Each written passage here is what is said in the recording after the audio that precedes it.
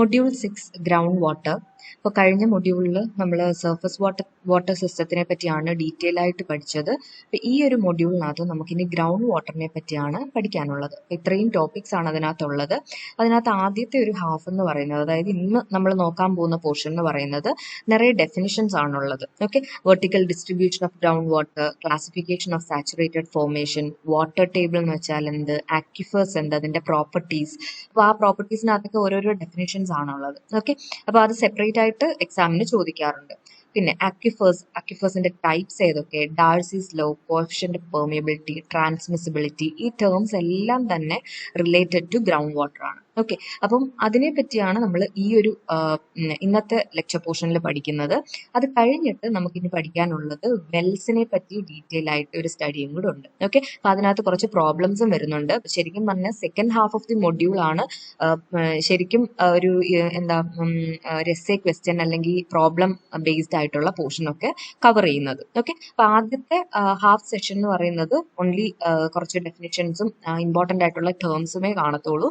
അത് ബേസ് ചെയ്തിട്ടായിരിക്കും നമ്മൾ ആ സെക്കൻഡ് ഹാഫ് പഠിക്കുന്നത്. ഓക്കെ, അപ്പൊ നമുക്കിനി മൊഡ്യൂളിലോട്ട് കടക്കാം. ആദ്യം തന്നെ നമ്മുടെ ഹൈഡ്രോളജിക് സൈക്കിൾ എന്താണെന്ന് നല്ല വൃത്തിക്ക് നിങ്ങൾക്ക് ഇപ്പം അറിയാം. ഫസ്റ്റ് മോഡ്യൂളിൽ നമ്മൾ പഠിച്ചതാണ്. അതിന്റെ പല പല പ്രോസസ്സ് ഉണ്ട് അല്ലേ. ഇപ്പം പ്രസിപ്പിറ്റേഷൻ അല്ലെങ്കിൽ റെയിൻ പെയ്യുമ്പോഴത്തേന് അത് ഒരു വാട്ടർ ബോഡിയിലോട്ട് ചെന്ന് വീഴുന്നു. അവിടുന്ന് അത് ഇവാപറേറ്റ് ആവുന്നു. ഇവാപറേഷൻ പ്രോസസ്സ് നടക്കുന്നു. ഇവാപറേഷൻ, പെർസ്പിറേഷൻ, ഇതൊക്കെ നമ്മൾ പഠിച്ച ടേംസ് ആണ്. ഇവാപറേറ്റ് ആയിട്ട് പോകുന്ന വെള്ളം വീണ്ടും കണ്ടൻസേഷൻ റിയാക്ഷൻ ഒക്കെ നടന്നു കഴിഞ്ഞ് വീണ്ടും താഴേക്ക് വീഴുന്നു. അപ്പോൾ ഒരു സൈക്ലിക് പ്രോസസ് ആണ് എന്ന് നമ്മൾ പഠിച്ചു. അതുകൊണ്ടാണ് ഹൈഡ്രോളജിക് സൈക്കിളിനെ വാട്ടർ സൈക്കിൾ എന്ന് പറയുന്നതെന്നും നമ്മൾ പഠിച്ചായിരുന്നു. ഓക്കെ, ഇനി എന്താണ് ഗ്രൗണ്ട് വാട്ടർ ഹൈഡ്രോളജി? അപ്പൊ ഗ്രൗണ്ട് വാട്ടർ എന്ന് പറയുന്നത് എന്താണ്? It is the water that is stored in a porous medium. ഒന്നുകിൽ സാൻഡിലോ സോയിലിലോ അല്ലെങ്കിൽ ഗ്രേവലിലോ ഫില്ല് ചെയ്തിരിക്കുന്ന വാട്ടറിനെയാണ് നമ്മൾ ഗ്രൗണ്ട് വാട്ടർ എന്ന് പറയുന്നത്. പക്ഷെ അത് on the surface of ground അല്ല, under the soil surface. Okay, അപ്പോൾ ഗ്രൗണ്ട് വാട്ടർ എന്ന് പറയുമ്പോൾ സർഫസ് വാട്ടറും ഗ്രൗണ്ട് വാട്ടറും തമ്മിലുള്ള ഒരു വ്യത്യാസമാണ് ഈ ഒരു ഡെഫിനിഷനിലൂടെ കാണിക്കുന്നത്. അണ്ടർ ദി സോയിൽ സർഫസിലുള്ള എല്ലാ സോയിലിലും സാൻഡിലും ഗ്രേവലിലും തിങ്ങി നിറഞ്ഞിരിക്കുന്ന അല്ലെങ്കിൽ സ്റ്റോർ ചെയ്ത് കാണപ്പെടുന്ന ആ വാട്ടറിന്റെ കണ്ടന്റിനെയാണ് നമ്മൾ എന്തെന്ന് പറയുന്നത്, ഗ്രൗണ്ട് വാട്ടർ എന്ന് പറയുന്നത്. ഇതൊക്കെ പഠിക്കുമ്പോൾ നമ്മൾ മെയിൻ ആയിട്ട് ആലോചിക്കേണ്ട ഒരു കാര്യം, നമ്മുടെ വെൽ വാട്ടർ ഉണ്ടല്ലോ, കിണറിലെ വെള്ളം, അത് നമുക്കൊരു എക്സാമ്പിൾ ആയിട്ട് എപ്പോഴും മനസ്സിൽ സൂക്ഷിച്ചാൽ നിങ്ങൾക്ക് ആ ടേംസ് ഒക്കെ ഓരോന്നും പെട്ടെന്ന് മനസ്സിലാവും. പിന്നെ വാട്ടർ ടേബിൾ എല്ലാവരും കേട്ടിട്ടുള്ളതാണ്. സോ ഈ കാര്യങ്ങളൊക്കെയാണ് നമ്മൾ ത്രൂ ഔട്ട് മനസ്സിലോട്ട് വരേണ്ടത്. ഓക്കെ, ഇനി ഗ്രൗണ്ട് വാട്ടർ എന്താണെന്ന് നോക്കി. What is ground water hydrology? Hydrology എന്താണെന്ന് നമ്മൾ ഓൾറെഡി പഠിച്ചിട്ടുള്ളതാണ്. അത് occurrence, distribution and movement of water on ആവാം, ബിലോ ആവാം, beneath the surface of the earth ആവാം, എന്തും ആവാം. പക്ഷെ ഗ്രൗണ്ട് വാട്ടർ ഹൈഡ്രോളജി എന്ന് പറയുന്നത് science of occurrence, distribution and movement of water below the surface of the earth അല്ലെ. അപ്പൊ ഇത് ഗ്രൗണ്ട് ലെവൽ ആണെന്നുണ്ടെങ്കിൽ അതിന്റെ താഴെ എത്രമാത്രം അടിയിലോട്ടുള്ള സോയിൽ ലേയേഴ്സിൽ എത്രമാത്രം എമൗണ്ട് ഓഫ് വാട്ടർ സ്റ്റോർ ചെയ്തിരിക്കുന്നു, അതിന്റെ ഒക്യുറൻസ് എന്താണ്, ഡിസ്ട്രിബ്യൂഷൻ, മൂവ്മെന്റ്, എല്ലാത്തിനെയും നമ്മൾ ഗ്രൗണ്ട് വാട്ടർ, അതിനെപ്പറ്റിയൊക്കെയുള്ള സ്റ്റഡിയെ നമ്മൾ ഗ്രൗണ്ട് വാട്ടർ ഹൈഡ്രോളജി എന്ന് പറയുന്നു. പിന്നീട് ഗ്രൗണ്ട് വാട്ടർ നോക്കിയാൽ രണ്ട് രീതിയിൽ നമുക്ക് ഗ്രൗണ്ട് വാട്ടറിനെ വേർതിരിക്കാം. ഷാലോ ഗ്രൗണ്ട് വാട്ടർ എന്നും പറയും, ഡീപ്പ് ഗ്രൗണ്ട് വാട്ടർ എന്നും പറയും.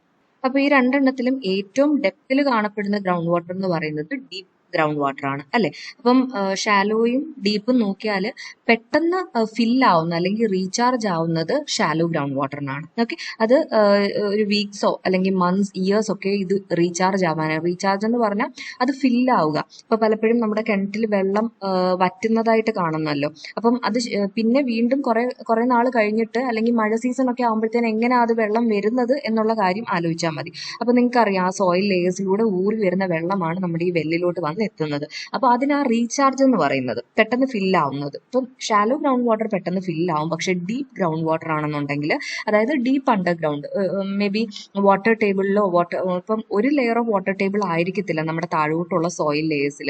ഇപ്പം ചിലപ്പോൾ അത് കഴിഞ്ഞിട്ടൊരു പാറയൊക്കെ ഉള്ള ഒരു ലെയർ കാണാം, അത് കഴിഞ്ഞിട്ട് വീണ്ടും ഒരു വാട്ടർ ടേബിൾ ലെയർ കാണാം. സോ ഒത്തിരി ഡെപ്തിലുള്ള ഗ്രൗണ്ട് വാട്ടറിനെയാണ് നമ്മൾ ഡീപ്പ് ഗ്രൗണ്ട് വാട്ടർ എന്ന് പറയുന്നത്. അത് റീചാർജ് ആവുന്നത് വളരെ സ്ലോ ആയിട്ടാണ്. മേ ബി ഡിക്കേഡ്സ്, സെഞ്ചുറീസ് ഒക്കെ എടുത്തിട്ടാണ് ഇത് റീചാർജ് ആവുന്നത്.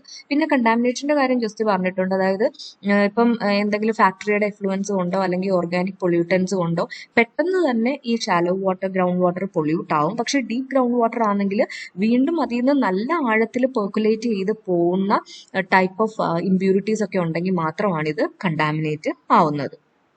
ഇനി നമ്മുടെ ഈ ഗ്രൗണ്ട് ലെവലിന് താഴോട്ടുള്ള ലേയേഴ്സ് നോക്കിയാൽ 2 സോണായിട്ട് ഇതിനെ ഡിവൈഡ് ചെയ്തിട്ടുണ്ട്. സാച്ചുറേറ്റഡും അൺസാച്ചുറേറ്റഡ് സോണും. ഇപ്പം ഈ ഫിഗറിൽ തന്നെ നിങ്ങൾക്ക് കാണിച്ചിട്ടുണ്ട്. ഇപ്പം ഇത് ഗ്രൗണ്ട് ലെവൽ ആണെന്നുണ്ടെങ്കിൽ ഏറ്റവും മുകളിലുള്ള ലെവലിലെ അല്ലെങ്കിൽ ലെയറിലെ മണ്ണൊക്കെ ഒരുമാതിരി ഡ്രൈ ആയിരിക്കും അല്ലെ. പക്ഷെ താഴോട്ട് പോകും തോറും അതിന്റെ വെള്ളത്തിന്റെ അംശം കൂടി കൂടി വരും. അപ്പം ഏറ്റവും മുകളിലത്തെ ലെയറിനെ നമ്മൾ അൺസാച്ചുറേറ്റഡ് സോൺ എന്നാണ് പറയുന്നത്. അതായത് ദാറ്റ് മേ ബി ഇത് ഫുള്ളി ഫിൽഡ് വിത്ത് വാട്ടർ എന്ന് പറയാൻ പറ്റത്തില്ല. മേ ബി ഒരു പെട്ടെന്നുണ്ടാവുന്ന ഒരു റെയിൻ ഒക്കെ കാരണം മേ ബി കുറച്ചും കൂടെ വോയിഡ്സ് വാട്ടർ കൊണ്ട് ഫിൽ ആവും. പക്ഷെ എപ്പോഴും ഇത് പാർഷ്യലി ഫിൽഡ് വിത്ത് വാട്ടർ ആയിരിക്കും. ഓക്കെ, ചിലപ്പോൾ ഒരു തിൻ ലെയർ ഓഫ് വാട്ടർ ഒക്കെ കാണത്തുള്ളൂ. നമ്മൾ ഹൈഗ്രോസ്കോപ്പിക് വാട്ടർ പഠിച്ചതല്ലേ മൊഡ്യൂൾ 3 ഇറിഗേഷന്റെ യൂണിറ്റ് പഠിച്ചപ്പോൾ. അപ്പം കുറച്ച് വെള്ളമേ ഇവിടെ കാണത്തുള്ളൂ. മാത്രമല്ല ബാക്കിയുള്ള വോയിഡ്സ് എല്ലാം തന്നെ എയർ കൊണ്ട് ഫില്ല് ചെയ്തിരിക്കുമായിരിക്കും. അപ്പൊ അതിനെ അൺസാച്ചുറേറ്റഡ് സോൺ എന്നും അതിന്റെ താഴോട്ടുള്ളത് ഈ ഭാഗമൊക്കെ ആകുമ്പോഴത്തേന് അതിനെ സാച്ചുറേറ്റഡ് സോൺ എന്നും പറയുന്നു. അപ്പൊ ഈ സാച്ചുറേറ്റഡ് ഇവിടെ ഒരു ഡോട്ടഡ് ലൈൻ നിങ്ങൾക്ക് കാണാമല്ലോ. അപ്പൊ ആ ലെവലിന്റെ താഴെ ശരിക്കും പറഞ്ഞാൽ ഈ വാട്ടർ ടേബിൾ സ്റ്റാർട്ട് ചെയ്യുക, അല്ലെങ്കിൽ ആക്വിഫേഴ്സ് എന്ന് പറയും. അതായത് വാട്ടർ റിച്ച് ആയിട്ടുള്ള ആ സോയിൽ ലെയേഴ്സിനാണ് നമ്മൾ ആക്വിഫേഴ്സ്, വാട്ടർ ടേബിൾ ഇതൊക്കെ പറയുന്നത്. ഓക്കെ, അപ്പം എവിടെ നിന്നാണോ ഈ വാട്ടർ ലെവൽ സ്റ്റാർട്ട് ചെയ്യുന്നത് ആ ലെവലിനെ നമ്മൾ വാട്ടർ ടേബിൾ എന്നും അതിന്റെ താഴോട്ടുള്ള ആ ഒരു ഫോർമേഷനെ നമ്മൾ ആക്വിഫർ എന്നും പറയുന്നു. അപ്പൊ ഇവിടെ നിങ്ങൾക്ക് ഇവിടെ ചിലപ്പോൾ ഒരു ലേക്കോ അല്ലെങ്കിൽ ഒരു പോണ്ടോ ഒക്കെ ആയിരിക്കാം. ദാറ്റ് മീൻസ് ആ ലെവലിലാണ് നമ്മുടെ വാട്ടർ ടേബിൾ എന്നർത്ഥം. അപ്പൊ ഇത് കണ്ടില്ലേ, ഈ വാട്ടർ ടേബിളിന്റെ ലെയർ വന്ന് ഈ ലേക്കിന്റെ മുകളിലൂടെ പോയി ഈ പോണ്ടിന്റെ മുകളിലോട്ട് ഇപ്പൊ റിവർ എന്ന് എഴുതിയിരിക്കുന്നത്. അപ്പൊ ആ ലെവലിലാണ് നമ്മുടെ വാട്ടർ ടേബിൾ. ഓക്കെ, അപ്പൊ ഇത് മനസ്സിലാക്കുക.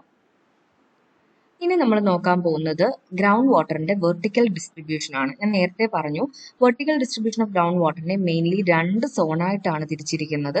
ഒന്ന് സോൺ ഓഫ് എയറേഷൻ എന്നും പറയും, second one zone of saturation. ഇതിനെപ്പറ്റി നമ്മൾ ഡീറ്റെയിൽ ആയിട്ട് പഠിക്കുന്നുണ്ട്. ഇപ്പം ഈ ഒരു ഫിഗറിനകത്ത് തന്നെ നിങ്ങൾക്ക് കാണാൻ പറ്റുന്നുണ്ടാവും ഈ ഒരു ലെവൽ എന്ന് പറയുന്നത് വാട്ടർ ടേബിൾ ആണ്. ഓക്കെ, അപ്പൊ ഈ വാട്ടർ ടേബിളിന്റെ താഴോട്ടുള്ള ലെയർ ഒക്കെ നമ്മൾ സാച്ചുറേഷൻ സോൺ അല്ലെങ്കിൽ സോൺ ഓഫ് സാച്ചുറേഷൻ എന്ന് പറയും. അതിന്റെ മുകളിലോട്ടൊക്കെ കുറച്ചും കൂടെ ഡ്രൈ ആയിട്ടുള്ള ഏരിയ ആയിരിക്കും. ഓക്കെ, സോ അതിനെ നമ്മൾ സോൺ ഓഫ് എയറേഷൻ എന്ന് പറയാം. അല്ലെങ്കിൽ ഇങ്ങനെ ഓർത്താൽ മതി, ഇത് ഈ ലെയറിനകത്ത് വോയിഡ്സ് ഒക്കെ partially filled with air, so zone of aeration. Okay, വെള്ളം ഇല്ലെന്നല്ല, വാട്ടർ ആൻഡ് എയർ ആയിരിക്കും ഫില്ല് ചെയ്തിരിക്കുന്നത്. പക്ഷെ താഴോട്ടുള്ള ലെയറിൽ എയറിന്റെ അംശത്തിനെക്കാട്ടി വാട്ടറിന്റെ കണ്ടന്റ് ആണ് ഏറ്റവും കൂടുതലായിട്ട്. വാട്ടർ നല്ലതായിട്ട് ഫില്ല് ചെയ്തിരിക്കുന്ന ഏരിയ ആണ് സാച്ചുറേറ്റഡ് സോൺ. ഈ ഒരു ഫിഗർ നമുക്ക് അതിന് വേണ്ടിയിട്ട് ഒന്നുകൂടെ നോക്കാം. ഇപ്പൊ 2 സോൺസ് ഉണ്ടെന്ന് പറഞ്ഞു. ഒന്ന് സോൺ ഓഫ് എയറേഷൻ, രണ്ടാമത്തത് ഇവിടെ എഴുതിയിട്ടുണ്ട് സോൺ ഓഫ് സാച്ചുറേഷൻ. ഈ സോൺ ഓഫ് സാച്ചുറേഷനെയാണ് നമ്മൾ ഗ്രൗണ്ട് വാട്ടർ എന്ന് പറയുന്നത്. Okay, and zone of aeration മറ്റൊരു പേരുണ്ട്, വഡോസ് വാട്ടർ എന്ന് പറയും. ഓക്കെ, അപ്പൊ ഇവിടെ സ്പെല്ലിംഗ് ക്ലിയർ ആയിട്ട് എഴുതിയിട്ടുണ്ട്, ഇവിടെ എഴുതിയിട്ടുണ്ട്. അപ്പം ഈ സോൺ ഓഫ് എയറേഷൻ എന്ന് പറയുന്നത് ഇത്രയും പോർഷൻ ആണ്. ഇവിടുന്ന് ഈ ബ്ലൂ ലൈൻ, ഈ ലൈൻ വരെ, ഈ ലൈനെയാണ് നമ്മൾ നേരത്തെ സ്ലൈഡിൽ കാപ്പിലറി ഫ്രിഞ്ച് എന്ന് കണ്ടത്. ഓക്കെ, അതൊരു ജസ്റ്റ് ഒരു ആ ഒരു ലെവലിനെയാണ് നമ്മൾ പറയുന്നത്. വാട്ടർ ടേബിളും ഈ സോൺ ഓഫ് സാച്ചുറേഷനും ഇടയ്ക്കുള്ള ആ ഒരു ലൈനിനെ. ഓക്കെ, അപ്പോൾ സോൺ ഓഫ് എയറേഷനകത്ത് വീണ്ടും 3 ലേയേഴ്സ് ആയിട്ട് തിരിച്ചിട്ടുണ്ട്. ഒന്ന് സോയിൽ വാട്ടർ സോൺ, രണ്ടാമത്തത് വെഡോസ് സോൺ, മൂന്നാമത്തത് കാപ്പിലറി സോൺ. അപ്പൊ നേരത്തെ പറഞ്ഞ പോലെ ഈ സോൺ ഓഫ് സാച്ചുറേഷൻ പറയുന്ന മറ്റൊരു പേരാണ് ഗ്രൗണ്ട് വാട്ടർ സോൺ. ഈ ഗ്രൗണ്ട് വാട്ടർ സോൺ എന്ന് പറയുന്നത് space in which all the pores of the soil are filled with water. എല്ലാ പോഴ്സും ഇതിനകത്ത് മൊത്തത്തിൽ വാട്ടർ കൊണ്ട് ഫിൽ ചെയ്തിരിക്കുന്ന ഒരു സോണാണ് സോൺ ഓഫ് സാച്ചുറേഷൻ. അതേസമയം സോൺ ഓഫ് എയറേഷൻ എങ്ങനെയാണ്? Only partially saturated with water. Okay, ഈ സ്പേസ് ബിറ്റ്വീൻ ഈ ലാൻഡ് സർഫസ്, അതായത് ഈ ഇവിടുത്തെ ഏറ്റവും ടോപ്പ് ലാൻഡ് സർഫസും ഇവിടെ കാണുന്ന വാട്ടർ ടേബിളിനും ഇടയ്ക്കുള്ള ഇത്രയും പോർഷനാണ് നമ്മുടെ എന്തെന്ന് പറയുന്നത് സോൺ ഓഫ് സാച്ചുറേഷൻ. ഇനി ഞാൻ നേരത്തെ പറഞ്ഞല്ലോ സോൺ ഓഫ് എയറേഷൻ 3 ലേയേഴ്സ് ആയിട്ട് ക്ലാസിഫൈ ചെയ്തിട്ടുണ്ട്. ആദ്യത്തേത് സോയിൽ വാട്ടർ സോൺ ആണ്. അപ്പൊ ഈ ഒരു സോൺ എന്ന് പറയുന്നത് ഗ്രൗണ്ട് സർഫസിന്റെ ഏറ്റവും അടുത്ത് കിടക്കുന്ന, it lies close to the ground surface. Okay, അത് മാത്രമല്ല നമ്മൾ മരങ്ങളുടെയൊക്കെ റൂട്ടൊക്കെ വരുന്നത് ഈ ഒരു പോർഷനിലായിരിക്കും. ഓക്കെ, പക്ഷെ ഒരിക്കലും ഈ സോയിൽ വാട്ടർ സോണിൽ വാട്ടർ എപ്പോഴും ഫില്ല് ചെയ്തിരിക്കുമെന്ന് നമുക്ക് പറയാൻ പറ്റത്തില്ല. കാരണം ഈ ടോപ്പ് ലെയറിൽ നിന്നാണ് ഇവാപറേഷനും ട്രാൻസ്പിറേഷനും, നമ്മൾ ഇവാപ്പോ ട്രാൻസ്പിറേഷൻ എന്ന് പറയുന്ന ടേം ഒക്കെ പഠിച്ചു അല്ലെ, അതൊക്കെ എപ്പോഴും പോകുന്നത് ഈ ഒരു ടോപ്പ് സോയിൽ നിന്നാണ്, അല്ലെങ്കിൽ സോയിൽ വാട്ടർ സോണിൽ നിന്നാണ്. ആൻഡ് റൂട്ട്സ് ഒക്കെ ഇവിടെ ആയതുകൊണ്ട് മാക്സിമം വെള്ളമൊക്കെ കിട്ടുന്നതും ചെടികൾക്ക് വെള്ളം കിട്ടുന്നതും ഈ ഒരു സോണിൽ നിന്നൊക്കെയാണ്. ഓക്കെ. പിന്നെ ഈ കാപ്പിലറി സോൺ എന്ന് പറയുമ്പോൾ ഈ സോണിലാണ് വാട്ടർ കാപ്പിലറി ആക്ഷൻ കാരണം ഇങ്ങനെ ഹെൽഡ് ചെയ്ത് വെച്ചിരിക്കുമായിരിക്കും. അത്തരത്തിലുള്ളൊരു സോണാണ് കാപ്പിലറി സോൺ. അപ്പോൾ നിങ്ങൾക്ക് ഇവിടെ കാണാം ഈ വാട്ടർ ടേബിളിന്റെ ലെവലിൽ നിന്ന് കുറച്ചൊരു ഹൈറ്റിലാണ് ഈ കാപ്പിലറി സോൺ നിൽക്കുന്നത്. അപ്പം വാട്ടർ ഹെൽഡ് ചെയ്ത് വെക്കുന്നത്, അല്ലെങ്കിൽ കാപ്പിലറി ആക്ഷൻ ഒക്കെ നടക്കുന്നത് ഈ ഒരു സോണിലാണ്. ഈ രണ്ട് സോണിന്റെയും ഇടയ്ക്കാണ് നമ്മുടെ വെഡോസ് സോൺ വരുന്നത്. ഇതിനെ ഇന്റർമീഡിയറ്റ് സോൺ എന്നും പറയുന്നുണ്ട്. ഓക്കെ.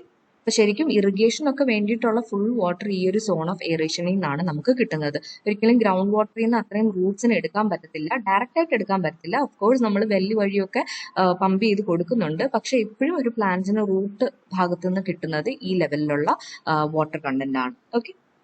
പിന്നെ ഈ ടേംസ് നമ്മൾ ഓൾറെഡി പഠിച്ചിട്ടുള്ളതാണ് ഇറിഗേഷന്റെ മൊഡ്യൂളിനകത്ത്.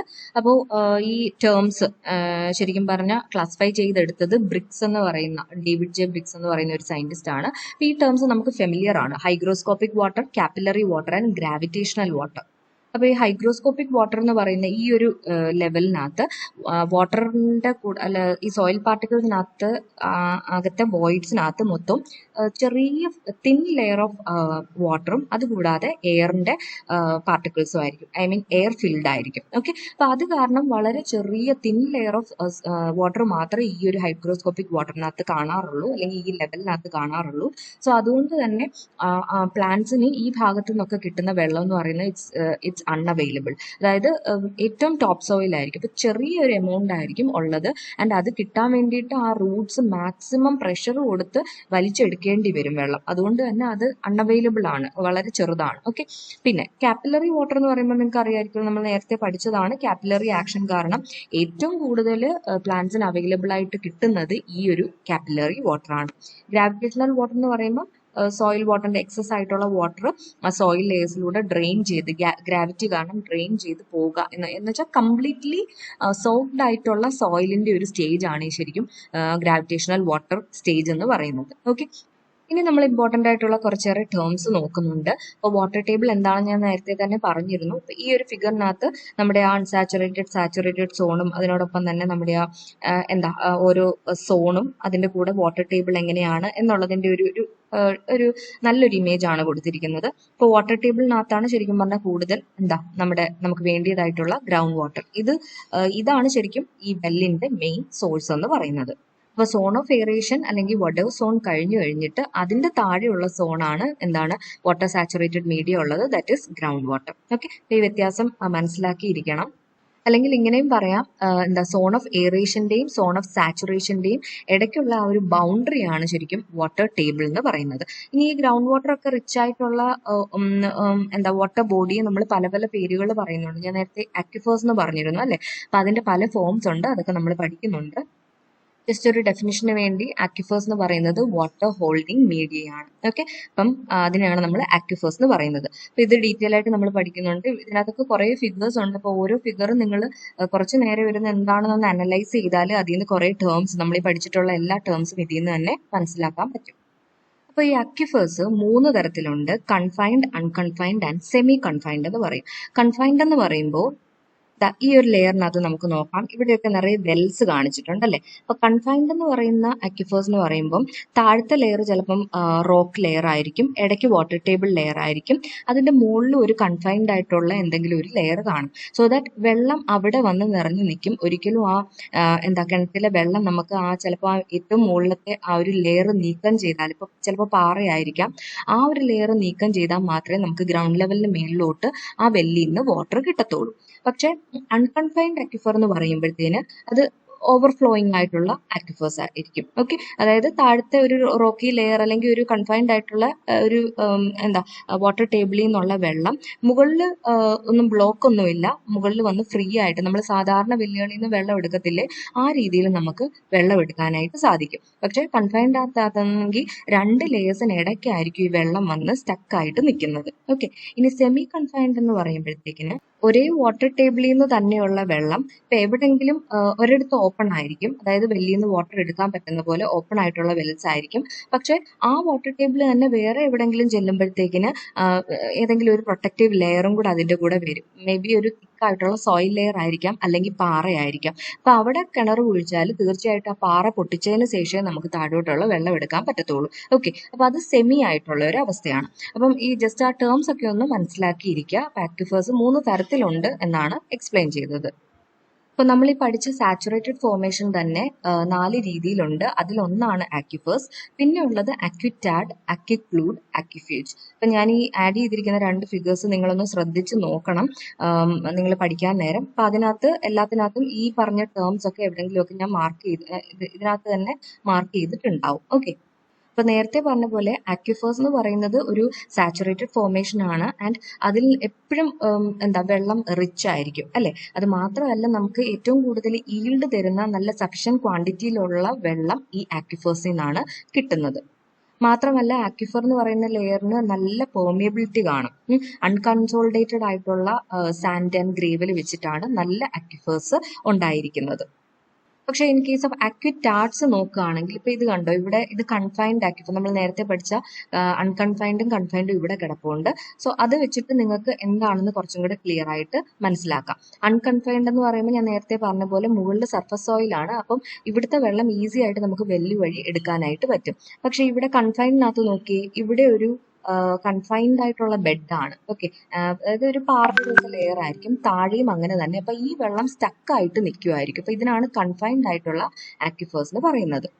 അപ്പൊ അക്വിറ്റാഡ്സിനകത്ത് വെള്ളം കിട്ടുക എന്ന് പറഞ്ഞാൽ സീപ്പേജ് വഴി മാത്രമേ നമുക്ക് അക്വിറ്റാഡ്സിലെ വെള്ളം എടുക്കാനായിട്ട് പറ്റത്തുള്ളൂ. അതായത് ആ ഒരു ലെയർ പാർഷ്യലി പെർമിയബിൾ ആണ്. ഇപ്പം സാൻഡി ക്ലേയുടെ ഒക്കെ ഒരു ലെയർ ആയിരിക്കും ഈ അക്വിറ്റാഡ് എന്ന് പറയുന്നത്. May be Sandy clay layer എന്ന് പറയുന്നത് നമുക്ക് അക്വിറ്റാഡിന്റെ ഒരു ബെസ്റ്റ് എക്സാമ്പിൾ ആയിട്ട് തന്നെ പറയാം. ഓക്കെ, പിന്നെ അക്വിക്ലൂഡ് എന്ന് പറയുമ്പോൾ ഇവിടെ കാണാം, ഒരു എസെൻഷ്യലി ഇംപെർമിയബിൾ ആയിട്ടുള്ള ഒരു ലെയർ ആണ് അക്വിക്ലൂഡ്. പക്ഷെ ഇത് ഒരുമാതിരി ക്ലോസ്ഡ് ആയിട്ടുള്ള ഒരു രീതിയിലാണ് ഈ അക്വിക്ലൂഡ്സ് കാണപ്പെടുന്നത്. എന്നാലും അതിനകത്ത് ലാർജ് എമൗണ്ട് ഓഫ് വാട്ടർ ഉണ്ട്. ഫോർ എക്സാമ്പിൾ പറഞ്ഞാൽ ക്ലേ ലെയർ, നല്ല തിക്കായിട്ടുള്ള ക്ലേ ലെയർ എന്ന് പറയുമ്പോൾ അതിനകത്ത് ഫുള്ള് വെള്ളമാണ്. പക്ഷെ അത് അങ്ങ് തിക്കായിട്ട് നമുക്ക് ആക്സസ് ചെയ്യാൻ പറ്റാത്ത പോലത്തെ ഒരു പാക്ഡ് ആയിട്ടായിരിക്കും ആ വെള്ളം കാണപ്പെടുന്നത്. ഇനി അക്വിഫ്യൂജ് എന്ന് പറയുന്ന ഫോർമേഷൻ എന്ന് പറയുന്നത് അത് ആ ഒരു ലെയർ എന്ന് പറയുന്നത് മേ ബി പോറസും ആണ്, അതേപോലെ നോൺ പെർമിയബിൾ ആയിട്ടുള്ള ഒരു ലെയറും കൂടെയാണ്. ഇപ്പൊ ഏറ്റവും മാസീവ് ആയിട്ടുള്ള കോമ്പാക്ട് സോയിൽ അല്ല, റോക്ക് ഒക്കെ ശരിക്കും പറഞ്ഞാൽ ഈ ഒരു ലെയറിലാണ് കാണപ്പെടുന്നത്. അപ്പോൾ ഈ ഓരോ ടേംസും ഓരോന്നും പെർമിയബിൾ ആണോ ഇംപെർമിയബിൾ ആണോ, പിന്നെ വാട്ടർ ഉണ്ടാവോ ഇല്ലയോ, ഇങ്ങനെയൊക്കെയുള്ള കാര്യങ്ങളാണ് ശരിക്കും അതിന്റെ ഡിഫറൻസ് ആയിട്ട് നിങ്ങൾ പഠിച്ചെടുക്കേണ്ടത്. ഓക്കെ, അപ്പൊ ഇത് കുറച്ചും കൂടെ കെയർഫുൾ ആയിട്ടിരുന്ന് പഠിക്കുക. ഇതിന്റെ ഡൗട്ട് ഉണ്ടെങ്കിൽ ചോദിക്കുക. ഇനി നമുക്ക് അക്വിഫേഴ്സിന്റെ പ്രോപ്പർട്ടീസും കൂടെ നോക്കാം. ഇതിന്റെ പ്രോപ്പർട്ടീസ് ഒക്കെ നിങ്ങൾക്ക് അറിയാവുന്ന, നിങ്ങൾ പഠിച്ചിട്ടുള്ള ടേംസ് ആണ്. ആദ്യത്തേത് പൊറോസിറ്റി. പൊറോസിറ്റി എന്ന് പറയുന്നത് percentage of rock or sediment that consist of voids or openings. Porous എന്ന് പറയുമ്പോൾ അതിന്റെ ടേമിന്റെ മീനിങ് നിങ്ങൾ മനസ്സിലാക്കണം. ഈ ഫോർമുല ഓൾറെഡി നിങ്ങൾ പഠിച്ചിട്ടുള്ളതാണ്. Small n is equal to VV by capital V. അതിൽ n എന്ന് പറയുന്ന പൊറോസിറ്റിയും VV എന്ന് പറയുന്നത് volume of void space and capital B എന്ന് പറയുന്നത് വോളിയം ഓഫ് എർത്ത് മെറ്റീരിയലും ആണ്. ഓക്കെ, ഓരോന്നിന്റെ യൂണിറ്റ് ഒക്കെ കൊടുത്തിട്ടുണ്ട്. അപ്പൊ പൊറോസിറ്റി എന്താണ്, അതിന്റെ ഡെഫിനിഷൻ അത് പഠിക്കണം. പിന്നെ പെർമിയബിലിറ്റി എന്ന് പറയുന്ന ടേം ഫെമിലിയർ ആണ് അല്ലെ. പെർമിയബിലിറ്റി എന്ന് പറഞ്ഞാൽ ഒരു എന്തെങ്കിലും ഒരു മെറ്റീരിയലിന്റെ ഒരു പ്രോപ്പർട്ടിയാണ്. അല്ലെങ്കിൽ ഇപ്പൊ ഇത് ഈ ഒരു കേസിൽ പറഞ്ഞാൽ കപ്പാസിറ്റി ഓഫ് റോക്കിന്റെ ഒരു പ്രോപ്പർട്ടി ആയിട്ട് നമ്മൾ എടുക്കുന്നു. Rock to transmit fluid such as water or any other type of fluid. അപ്പൊ അതിനകത്തൂടെ പാസ് ചെയ്യാൻ പറ്റുമോ ഇല്ലയോ, ആ ഒരു പ്രോപ്പർട്ടിയാണ് പെർമിയബിലിറ്റി. ഓക്കെ, ഇപ്പൊ പെർമിയബിൾ ആൻഡ് ഇംപെർമിയബിൾ ഉണ്ട്. പെർമിയബിൾ എന്ന് പറയുമ്പോൾ അതിനകത്തൂടെ ഈസി ആയിട്ട് വാട്ടർ ഫ്ലോ ചെയ്ത് പോകും. പക്ഷെ ഇംപെർമിയബിൾ ആണെങ്കിൽ it does not allow water to flow അല്ലെ. അപ്പൊ ഇത് നിങ്ങൾക്ക് അറിയാവുന്ന ടേം ആണ്. അടുത്ത ടേം സ്പെസിഫിക് ഈൽഡ് ആണ്. SY എന്നാണ് ഇതിനെ റെപ്രസെന്റ് ചെയ്യുന്നത്. സ്പെസിഫിക് ഈൽഡും പഠിച്ചിട്ടുള്ളതാണ്. അപ്പം ഒരു മെറ്റീരിയൽ വെച്ച് നോക്കുകയാണെങ്കിൽ ആ മെറ്റീരിയലിന് എത്ര മാക്സിമം വാട്ടർ ഹോൾഡ് ചെയ്യാനുള്ള കഴിവുണ്ട്, അത്രയും ഹോൾഡ് ചെയ്ത് കഴിഞ്ഞിട്ട് ബാക്കി എന്ത് പറ്റും, ഗ്രാവിറ്റി കാരണം താഴേക്ക് ഊറി വരാനായിട്ട് തുടങ്ങും അല്ലെ. അപ്പൊ ആ ഒരു സ്റ്റേജിനെയാണ് നമ്മൾ സാച്ചുറേഷൻ എന്ന് പറയുന്നത്. ആ ഒരു കപ്പാസിറ്റി ആണ് സ്പെസിഫിക് ഈൽഡ് എന്ന് പറയുന്നത്. ഇപ്പൊ നമ്മൾ അക്വിഫർ മെറ്റീരിയൽ വെച്ച് നോക്കുകയാണെന്നുണ്ടെങ്കിൽ ഇങ്ങനെ വേണമെങ്കിൽ പറയാം, ഒരു യൂണിറ്റ് വോളിയം ഓഫ് അക്വിഫർ മെറ്റീരിയലിൽ നിന്ന് ഫോഴ്സ് ഓഫ് ഗ്രാവിറ്റി കാരണം എത്ര എമൗണ്ട് ഓഫ് അല്ലെങ്കിൽ എത്ര വോളിയം ഓഫ് വാട്ടർ നമുക്ക് എക്സ്ട്രാക്ട് ചെയ്ത് എടുക്കാനായിട്ട് സാധിക്കും. അതിനെയാണ് എന്തെന്ന് പറയുന്നത്, സ്പെസിഫിക് ഈൽഡ് എന്ന് പറയുന്നത്.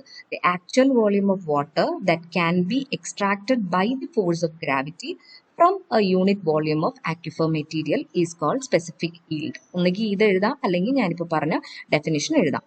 ഈ ടാബ്ലോ കോളം പഠിക്കേണ്ട ആവശ്യമില്ല എങ്കിലും പല മെറ്റീരിയലിന് പല സ്പെസിഫിക് ഈൽഡ് ആയിരിക്കും അല്ലേ. അതിന്റെ മാക്സിമം മിനിമം ആവറേജ് വാല്യൂസ് കൊടുത്തിട്ടുണ്ട്. വേണമെങ്കിൽ 1-2 വാല്യൂസ് പഠിച്ച് നിങ്ങൾക്ക് ഒരു ടാബ്ലോ കോളമായിട്ട് റെപ്രസെന്റ് ചെയ്താൽ വെൽ ആൻഡ് ഗുഡ്.